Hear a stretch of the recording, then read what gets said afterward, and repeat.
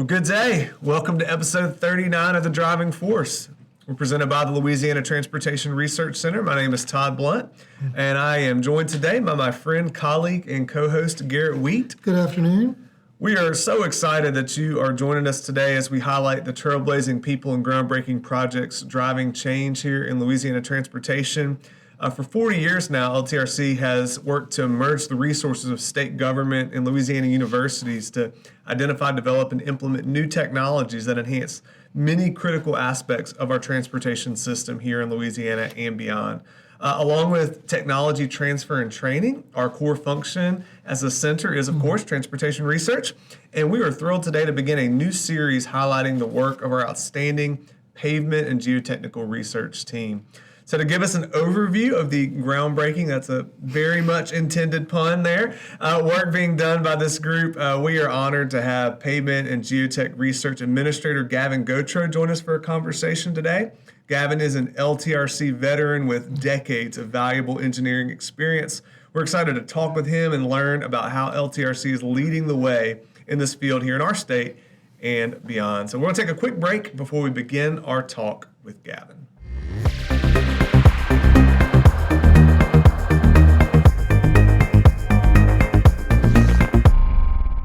Well, welcome back to The Driving Force. We are in the first episode of a new series with LTRC's own Pavement and Geotechnical Research Group. We're thrilled to have Research Administrator Gavin Gautreau joining us as we start down this road. So welcome, Gavin. Thank you. Good to be here. Well, tell us about yourself, where you're from, where you studied. Give us a little introduction to yourself, and then we'll jump into the work a little bit. I'm a native from Baton Rouge. Okay. Went to school here, went to LSU, graduated in civil engineering with a minor in environmental engineering, and have worked here my whole life. So started out as a golf course range golf ball picker-upper, club cleaner, and move on to geotechnical research administrator. Yeah, it's a big deal. But you weren't always with DOTD and LTRC. No, that's right. I have 10 years of private sector experience before I came to LTRC. Joined here in 2002. Wow. So, yeah, decades, like you said. That's accurate. Well, as Todd mentioned in the introduction, this is the first episode in a series highlighting y'all's research group. So starting kind of as broadly as you can, as you know, we'll talk to each individual group, but can you tell us, like, what is pavement and geotechnical research? A lot of people hear those terms, might not conflict the two. And then can you kind of talk to what is the scope and the content of the team, like what y'all investigate, and how does RPIC kind of guide that process? Right. Let's I guess start with pavement and geotech. So if we think of pavement is the different layers of materials that create that road surface. Mm-hmm. The concrete or asphalt on the surface, we might have a base course of stone below it. We might have a sub-base below that, which is treated natural materials. Mm-hmm. And then below that, we are going to have the natural materials that we are blessed with in this state. Some parts are better than others, and some are wetter and softer than others, and we have lots of clays that can give us fits. So our job as Pavement and Geotechnical Group is to work with what we have in the state, treat them with different additives and chemicals, and come up with different pavement sections that can handle the loads of our traffic and keep those roads open and moving and efficient and cost effective throughout their lives.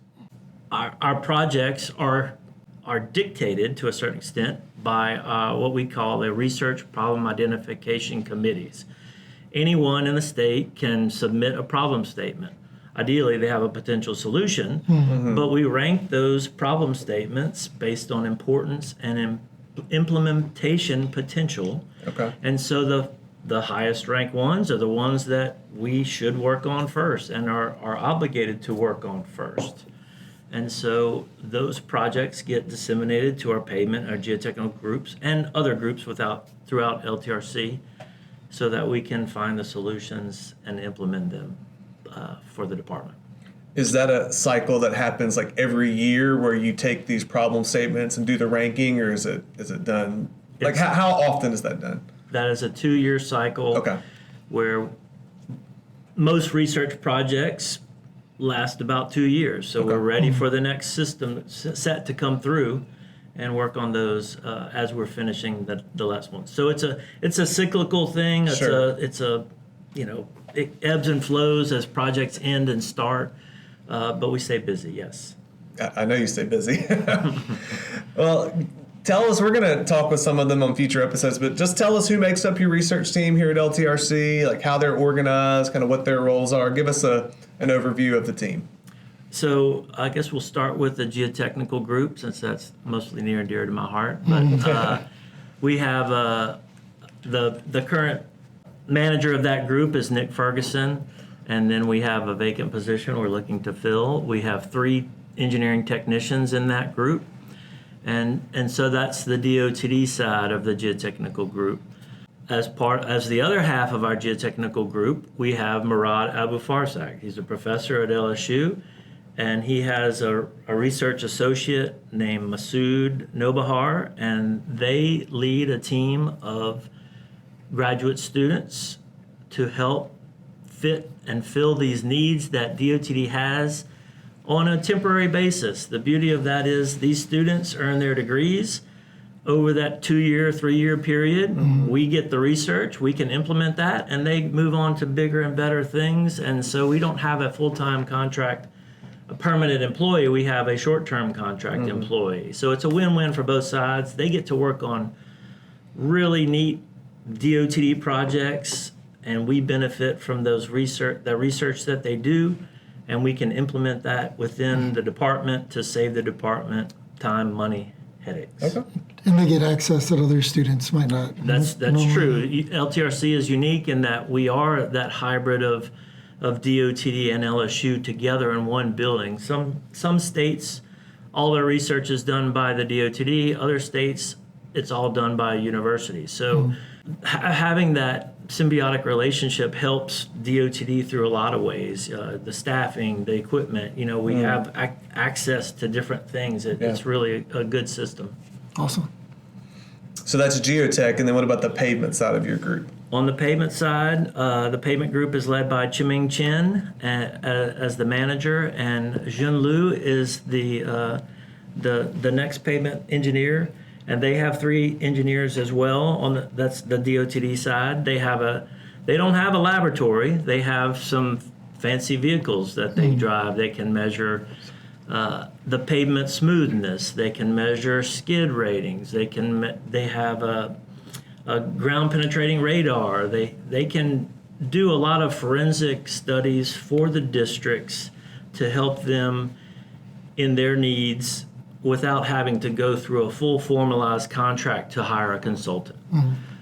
On the LSU side of our pavement group, we have Zong Wu, and he leads a team out at our Port Allen Pavement Research Facility, where we have wall test sections. We have multiple test sections built to DOTD standards that we can test for efficiency on a bigger scale. And to that point, we start with small material properties. We build that out into layers. We build that into test sections so that we can realize the efficiencies of scale. And the more money we spend and into those researches, hopefully we can get it back, right? Okay. We start small and grow it. And ultimately, at the Pavement Research Facility, we can build test sections and test those and simulate 20 years of pavement life in roughly 6 months. And so the beauty of that is that we can realize the cost savings now without having to wait for the 20 years. And that's a real advantage and has really benefited the state through those advances. So we have a great group of people and do a lot of neat research, yes. One of the longest running and most extensive research efforts in your area relates to the development of this geotechnical database that the whole state and the whole DOTD gets to use. You've been involved, as we're aware, in multiple phases of that project. So what can you tell us about that? Yeah, this is one of my favorite projects. And yes, we have done a lot of work on it. If we think about every bridge in the state, it's likely or should have had a soil investigation conducted on at that site to determine the appropriate foundation.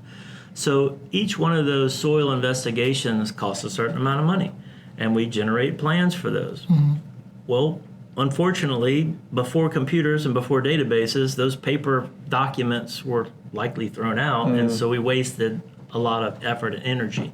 When I first started LTRC, I think in 2000, well, just shortly after in 2003, we started to find some PDFs of these old documents and tried to create a GIS, a geographic information system, to be able to link on those documents through a map, searchable map to find the document.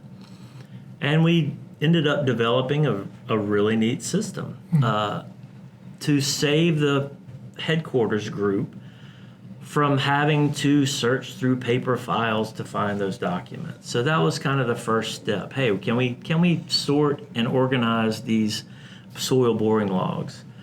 Well, eventually we say, what's better than the soil paper boring log is the digital data. We can do so much more with the digital data. And as computer power grows and software technology grows, we realize that, that not only is the data an asset, but having it in an organized fashion with data governance, formatting, and in the right templates, we can optimize the use of the data. So one of the previous older phases, we've done different phases of our database work. And in one of those earlier phases, we standardized a template and gave it to all our consultants. So they used that template and would give us the data back in the right format, which ultimately helps a following phase to be able to help organize and import that data. And so as software grows and changes, we've recently moved to a software by Bentley called Open Ground Cloud. So we have migrated roughly 2,600 projects to this system, and it's going to be it's a cloud-based system so that we have faster access to all of this data, and we can create analysis, drawings, sketches, fence diagrams very quickly through the digital software versus hand-drawn documents. So this is an efficiency for the department. They can do these analyses faster, but yet it's also growing the database for research needs so that Dr. Murad and his group can take all of those pile load tests or all of those soil borings or cone penetration tests and analyze that to come up with better correlations for our pile capacities. So it's serving two needs. We're making the current users at headquarters more efficient, but we're growing this database for different analyses. There are and new research opportunities. Yes. There are upcoming, most recent phase of our research, we created a tool that will link to the Open Ground database to help solve some new calculations that are going to be required for site variability required by the Federal Highway Administration. So it's some serious statistical calculations. Well, we've automated that, and we'll share that. That research just finished up. We're going to share that with our consultant partners to help them solve and meet those same needs and requirements, but they'll be able to deliver that to us for checks and balances, and we will meet the needs. So that was a really successful one. The next phase is what I call scan and digitize, where we're going to have all these old PDFs, and with new technology, including artificial intelligence and machine learning, we're going to be able to scan those old documents and convert them into digital data. Wow. So that picture is going to become numbers, not by hand, but through some software automations. And the second part of this upcoming phase is that we plan to create a web portal so that not only headquarters will be able to access these boring logs easy, but this will be a public portal so that anyone across the state can pull up soil borings from their neighborhood or wherever and pull up those documents and look at them without staff at headquarters having to pull those paper documents. Yeah. So we have some hurdles of security and firewalls that we have to overcome, but I'm really looking forward to this project. Yeah. It's got to be a cool thing, given that it's multiple phases that have spanned literally. I mean, you said you probably started working on this in 2003. I mean, to see, and so much has changed in terms of computing power and software availability in that time. I mean, just exponential change. Yes. Got to be just a really satisfying thing, I imagine, to kind of seeing that from its infancy to where it is today and where it's going next. Yes, and in the pain points with switching softwares. Well, yeah, besides the painful points of switching software. But we were actually already going to change to a newer software. So I give Jesse Rouser at headquarters in the Geotech group a lot of credit because he has a lot of vision to steer this in our research. We were going to switch softwares anyway, so we kind of got ahead of the game. And we're being proactive, and now are actually really probably at the forefront of some of this digital database management for geotechnical data. So I give Jesse a lot of credit for his work on leading some of those initiatives. Jesse's been a guest on the podcast. No. So we'll link in the show notes to his episode, which was a few months back, but we definitely enjoyed getting to visit with him. So, well, Gavin, before we move to the next and the last part of this interview, give us a sense of how the work that you and your team does every day is impacting the lives of road users across Louisiana. Like, what would you want our listeners to know about how the research being done here is making their lives better? Thank you. That's a good question. That's one of the things I like most about working at LTRC is that we are innovating and trying to make the department better through different efficiencies. You know, we at LTRC gladly take research from other states and try and shoehorn it into Louisiana. Sometimes it works really well, and other times we have to work a little harder to get it to work well. Yeah. But my goal as an engineer is to use the different materials, different additives, different technologies, different techniques to make the department better so that we can save the department time, money, and headaches. Yeah. That's the big three for me. And headaches can be orange barrels. It can be an accident or fatalities, whatever it is. We want, time, money, and headaches. Those are the big three. If we can, as a department, as LTRC, work towards those goals through research, I think we're successful. And that's what leads me. Yeah. You and I have talked about this offline before, but I think it leads to this. Can you talk to the uniqueness of Louisiana's soil in compared to other states? Louisiana has, and even though it's called the Mississippi River, it affects a lot of Louisiana and has affected a lot of Louisiana. You know, the different meanders of the Mississippi River have churned up and put down new soil, and so we have a lot of what we would call normally consolidated soil. We don't have rock with any regional or reasonable depth.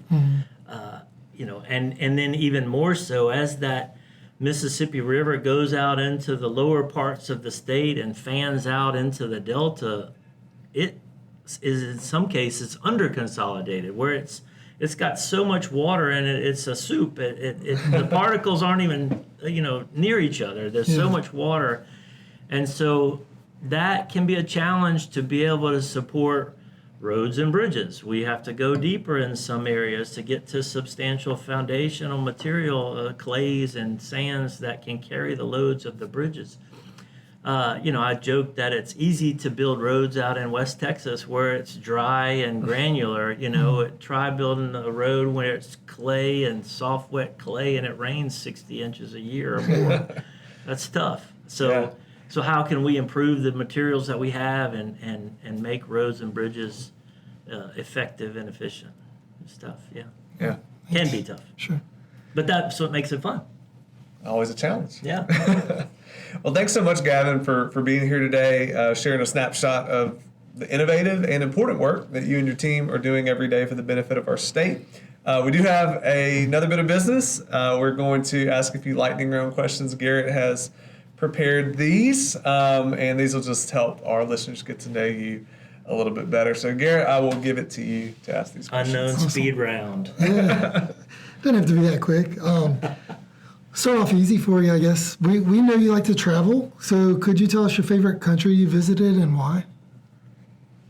Oh, that's a good one. I mean, there's still a lot of it in America that I haven't seen, but last year we were lucky to go on a cruise from Athens to Istanbul. So Very cool. we really saw some neat stuff, some old stuff.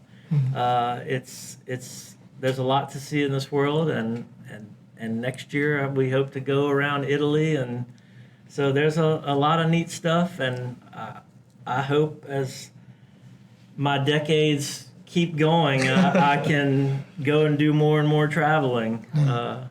So, yeah. Okay. Thank you. We also know you're an avid golfer.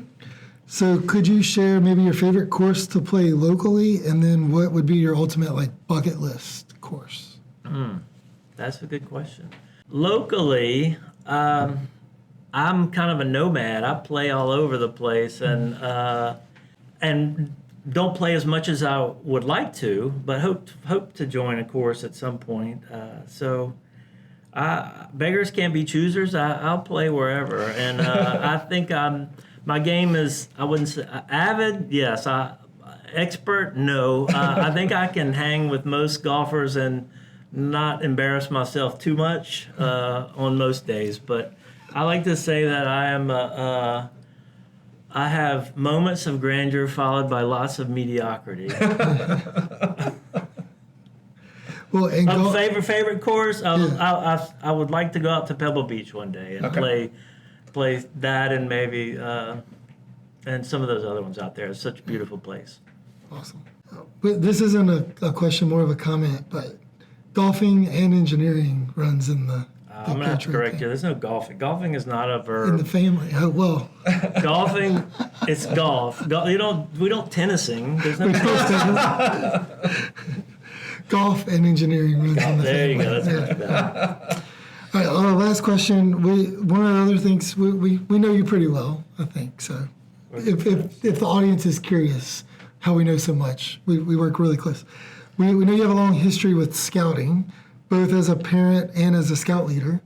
So what would you say to encourage a parent who might be considering scouting for their child? That's unexpected. Yes, that's a good question, though. My father was an Eagle Scout. I am an Eagle Scout.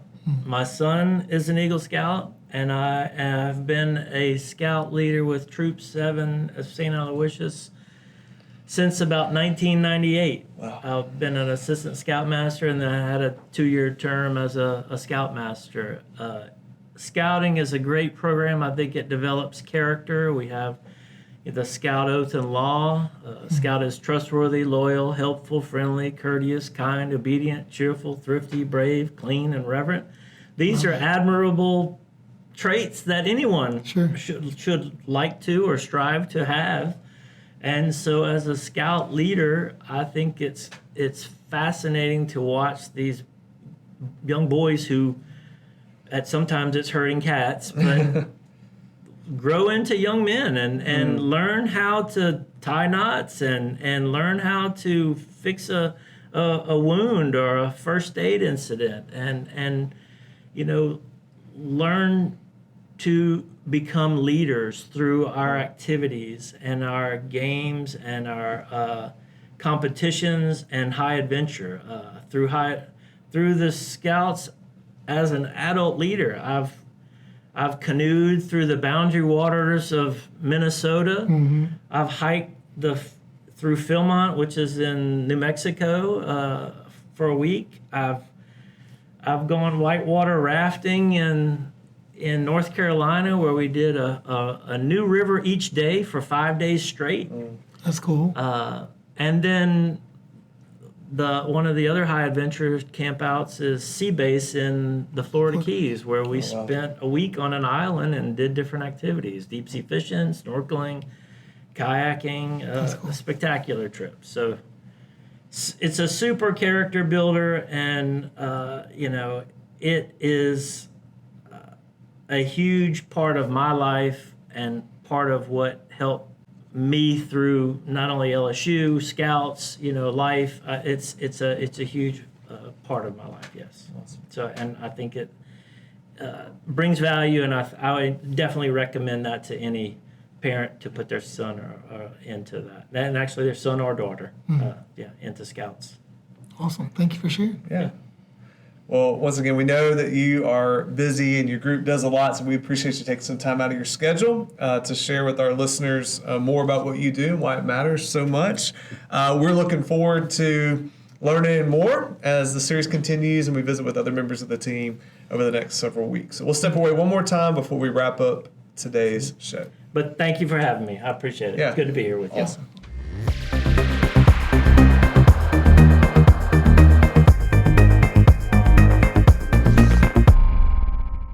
Well, that's all we have for you on episode 39 of The Driving Force, presented by the Louisiana Transportation Research Center. You can learn more about what's happening here at LTRC on a daily basis by visiting us online at ltrc.la.gov or by following us on social media, Facebook, X, LinkedIn, or YouTube. We also encourage you to follow and subscribe to this show on your preferred podcasting platform, as that helps others to find us and hear about the great work being done here at LTRC and beyond. If you'd like to explore the great work being done by Gavin and his team, including the group's recent publications, you can visit their page on our LTRC website. I will provide a link to that in our show notes today. And on our next episode, we'll continue diving into LTRC's geotechnical research efforts by welcoming Senior Geotechnical Research Engineer Nick Ferguson and Engineering Technician Chris Mertz to the show. Until then, we are your hosts, Garrett Wheat and Todd Blunt, and we thank you so much again for joining us today. Drive safely out there.